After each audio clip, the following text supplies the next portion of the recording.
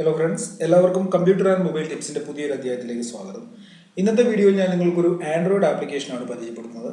ഈ ആപ്ലിക്കേഷൻ്റെ പ്രത്യേകത എന്ന് പറഞ്ഞു കഴിഞ്ഞാൽ ഈ ആപ്ലിക്കേഷൻ ഉപയോഗിച്ച് നിങ്ങളുടെ ആൻഡ്രോയിഡ് ഫോണിൻ്റെ ബാറ്ററി ലൈഫ് നിങ്ങൾക്ക് കൂട്ടാൻ സാധിക്കും.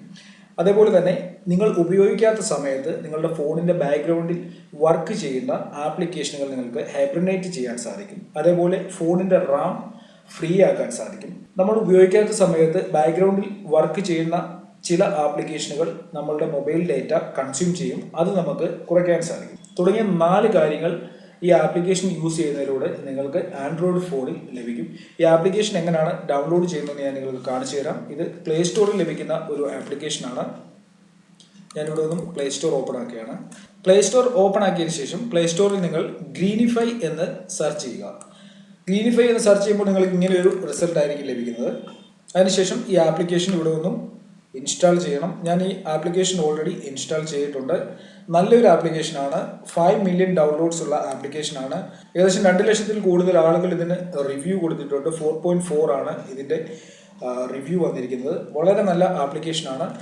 ആപ്ലിക്കേഷൻ ഓപ്പൺ ആക്കുന്നതിന് മുമ്പ് നമുക്ക് ഫോണിൽ സെറ്റിംഗ്സ് എന്ന് പറയുന്ന ഓപ്ഷൻ ഒന്ന് ഓപ്പൺ ആക്കാം. അതിനുശേഷം റൈറ്റ് സൈഡിലായിട്ട് ഇവിടെ നിങ്ങൾക്ക് ജനറൽ എന്ന് പറയുന്ന ഒരു ഓപ്ഷൻ കാണാൻ സാധിക്കും. ഇവിടെ നിങ്ങൾക്ക് ആപ്ലിക്കേഷൻ മാനേജർ എന്ന് പറയുന്ന ഒരു ഓപ്ഷൻ ഉണ്ട്. അതിൽ ക്ലിക്ക് ചെയ്യുക. ആപ്ലിക്കേഷൻ മാനേജറിൽ റണ്ണിങ് എന്ന് പറയുന്ന ഒരു ഓപ്ഷൻ ഇവിടെ കാണാം. അത് ഓപ്പൺ ആക്കുക. ഇവിടെ നിങ്ങൾക്ക് കാണാൻ സാധിക്കും എൻ്റെ മൊബൈലിൽ ഞാനിപ്പോൾ യൂസ് ചെയ്യാത്ത പല ആപ്ലിക്കേഷനുകളും ബാക്ക്ഗ്രൗണ്ടിൽ വർക്ക് ചെയ്തുകൊണ്ടിരിക്കുകയാണ്. നോക്കുക, ഈ ആപ്ലിക്കേഷനുകൾ ഇങ്ങനെ വർക്ക് ചെയ്യുന്നതുകൊണ്ട് നമ്മുടെ ഫോണിൻ്റെ ബാറ്ററി പെട്ടെന്ന് തീരും. അതേപോലെ രണ്ടാമതായിട്ട് ഡേറ്റ ഫോണിൻ്റെ യൂസ് ചെയ്യും. നമ്മളുടെ മൊബൈൽ ഡേറ്റ ഫോണിലുണ്ടെങ്കിൽ അത് യൂസ് ചെയ്യും. മൂന്നാമത്തെ കാര്യം, റാം കൂടുതൽ ഇത് ഉപയോഗിക്കും. അതുകൊണ്ട് പുതിയ നമുക്ക് ഏതെങ്കിലും ആപ്ലിക്കേഷൻ ഓപ്പൺ ആക്കുമ്പോൾ അത് വർക്ക് ചെയ്യാനായിട്ടുള്ള സ്പേസ് റാമിൽ ലഭിക്കത്തില്ല. ഈ ആപ്ലിക്കേഷനുകളൊക്കെ ബാക്ക്ഗ്രൗണ്ടിൽ വർക്ക് ചെയ്യുന്നതുകൊണ്ട് ഞാൻ ഇന്ന് പരിചയപ്പെടുന്ന ഈ ആപ്ലിക്കേഷൻ ഉപയോഗിച്ച് കഴിഞ്ഞാൽ നിങ്ങൾക്ക് ഇങ്ങനെയുള്ള കുറേ പ്രോബ്ലംസ് ഒഴിവാക്കാൻ സാധിക്കും. നമ്മളിപ്പോൾ ഇൻസ്റ്റാൾ ചെയ്ത ആപ്ലിക്കേഷൻ ഇവിടെ നിന്ന് ഓപ്പൺ ആക്കാം. ഗ്രീനിഫൈ എന്ന് പറയുന്ന ആപ്ലിക്കേഷൻ ഞാൻ ഓപ്പൺ ആക്കുകയാണ്. ഓപ്പൺ ആക്കിയതിന് ശേഷം നിങ്ങൾക്ക് ഇങ്ങനെയായിരിക്കും കാണാൻ സാധിക്കുക. ഇതിനു മുമ്പ് ഈ ആപ്ലിക്കേഷൻ യൂസ് ചെയ്യണമെങ്കിൽ റൂട്ട് അസസ് ഉണ്ടായിരുന്നെങ്കിലേ യൂസ് ചെയ്യാൻ സാധിക്കത്തുള്ളായിരുന്നു. എന്നാൽ ഇപ്പോൾ റൂട്ട് ചെയ്യേണ്ട ആവശ്യമില്ല. റൂട്ട് ചെയ്യാത്ത ഫോണുകളിൽ നിങ്ങൾക്ക് ഈ ആപ്ലിക്കേഷൻ യൂസ് ചെയ്യാം. അതിനുശേഷം നിങ്ങൾക്ക് ഇവിടെ മുകളിലായിട്ട് ഒരു പ്ലസ് ബട്ടൺ കാണാൻ സാധിക്കും. അതിൽ ക്ലിക്ക് ചെയ്യുക. ആപ്പ് അനലൈസർ എന്നിവിടെ എഴുതി വന്നിരിക്കുന്നത് കാണാൻ സാധിക്കും. നോക്കുക, റണ്ണിങ് ഇൻ ബാക്ക്ഗ്രൗണ്ട്. നമ്മുടെ മൊബൈലിൻ്റെ ബാക്ക്ഗ്രൗണ്ടിൽ വർക്ക് ചെയ്യുന്ന ആപ്ലിക്കേഷനുകളാണ് ഈ കാണുന്നത്. അങ്ങനെയുള്ള ആപ്ലിക്കേഷൻ്റെ ഒരു ലിസ്റ്റാണ് ഇവിടെ കൊടുത്തിരിക്കുന്നത്. നോക്കുക, ഷോ മോറിൽ ക്ലിക്ക് ചെയ്ത് കഴിഞ്ഞാൽ ബാക്കി ആപ്ലിക്കേഷനുകൾ നിങ്ങൾക്ക് കാണാൻ സാധിക്കും. നോക്കുക, ഇവിടെ ഒരുപാട് ആപ്ലിക്കേഷൻ എൻ്റെ ഫോണിൽ ഞാൻ യൂസ് ചെയ്യാത്ത സമയത്തും ബാക്ക്ഗ്രൗണ്ടിൽ വർക്ക് ചെയ്യുന്നുണ്ട്.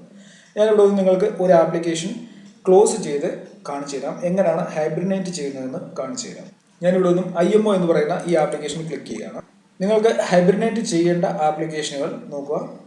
ഇവിടെ നിന്നും ചെറുതായിട്ടൊന്ന് പ്രസ് ചെയ്ത് വെക്കുക. ഞാനിവിടെ നിന്നും ഫേസ്ബുക്ക്,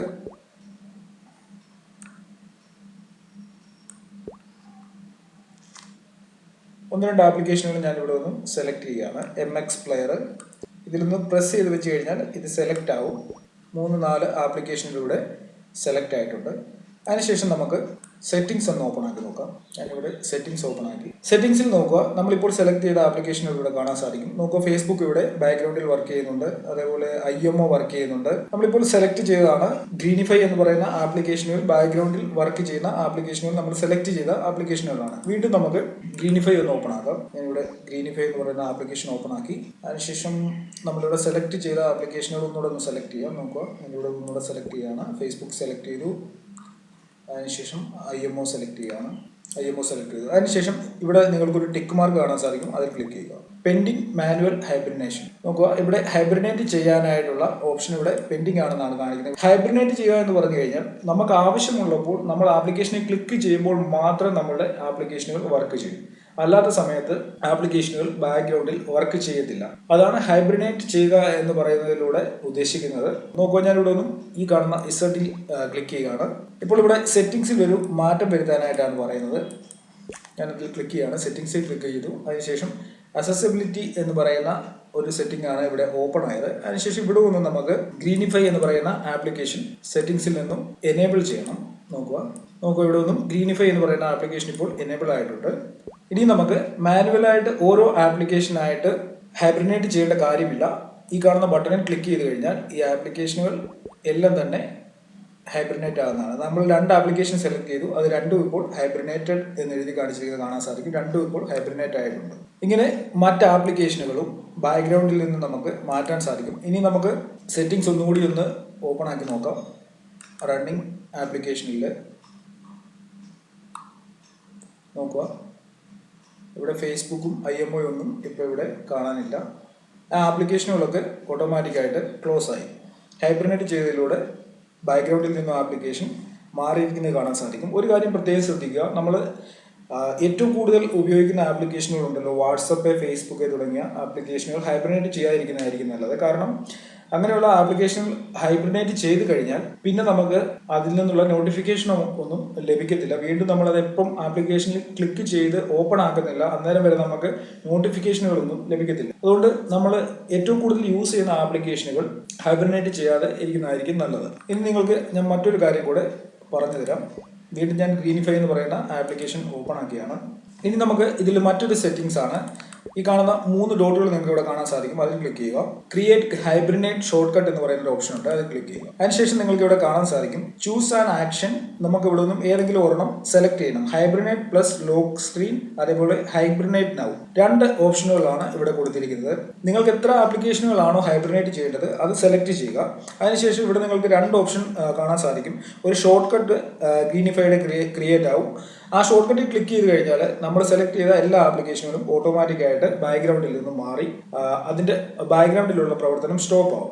ഈ കാണുന്ന ഹൈബ്രിനേറ്റ് പ്ലസ് ലോക്ക് സ്ക്രീൻ എന്നുള്ളത് സെലക്ട് ചെയ്ത് കഴിഞ്ഞാൽ നമുക്കൊരു ഷോർട്ട് കട്ട് ക്രിയേറ്റ് ആവും. അത് ക്ലിക്ക് ചെയ്ത് കഴിഞ്ഞാൽ ബാക്ക്ഗ്രൗണ്ടിലുള്ള എല്ലാ ആപ്ലിക്കേഷനും ക്ലോസ് ആവും. അതിനോടൊപ്പം തന്നെ നമ്മുടെ ഫോണ് ലോക്കും ആവും. ഞാൻ ഹൈബ്രിനേറ്റ് പ്ലസ് ലോക്ക് സ്ക്രീൻ എന്നുള്ളത് സെലക്ട് ചെയ്തു. അതിനുശേഷം ഇവിടെ നിങ്ങൾക്ക് കാണിച്ചു തരാം. ഞാൻ നോക്കുക, ഹൈബ്രിനേറ്റ് പ്ലസ് ലോക്ക് സ്ക്രീൻ. നമ്മളിപ്പോൾ 2 ആപ്ലിക്കേഷൻ ഹൈബ്രിനേറ്റ് ചെയ്യാനായിട്ട് കൊടുത്തിട്ടുണ്ട്. അതേപോലെ പ്ലസ് ലോക്ക് സ്ക്രീൻ ആണ് ഞാനിവിടെ കൊടുത്തിരിക്കുന്നത്.